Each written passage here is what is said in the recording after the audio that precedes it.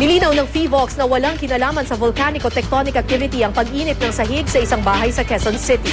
Ang lokal na pamahalaan naman humingi na ng tulong sa ilang ahensya ng gobyerno para matukoy na ang ugat ng pag-init. May news to go si Jay Sabale.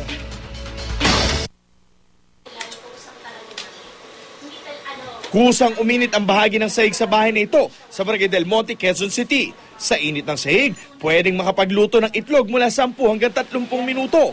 Kaya naman pangamba ng pamilya Filio na nakatira rito, baka magdulot ito ng panganib sa kanila.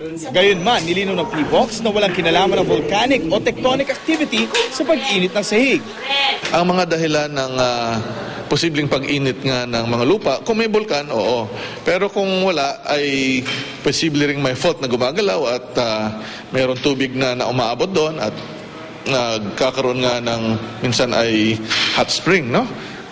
Pwedeng uminit ng konti ang lupa. Pero sa pangyayaring ito, discounted kaagad yung possibility na may volcanic activity or wala namang fault dyan. Ayon sa PHIVOLCS, baka may nakabaong basura, septic tank o anumang kemikal sa kinatatayuan ng bahay na posibleng maglabas ng init. Kaya dapat daw alamin ang kasaysayan ng lugar. Kwento ng pamilya Filio, nabalitaan nilang chemist ang nagpatayo ng bahay noong dekada 50. At nang iparenovate ito noong 1992, pinatungan ng tiles ang dating marmol na sahig. Kung mainit itong ibabaw, what more sa ilalim? So hindi namin alam kung gaano kainit sa ilalim pa nito. At considering dalawang patong. Ayon naman sa isang eksperto sa UP College of Engineering, kung may chemical man sa ilalim, masyado nang matagal para magkaroon pa ng chemical reaction.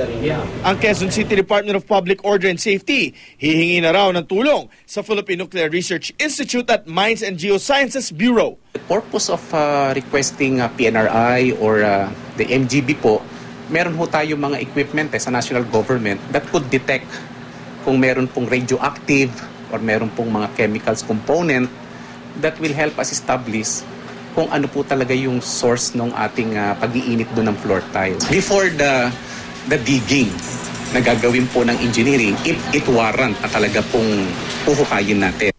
Jay Sabale, GMA News.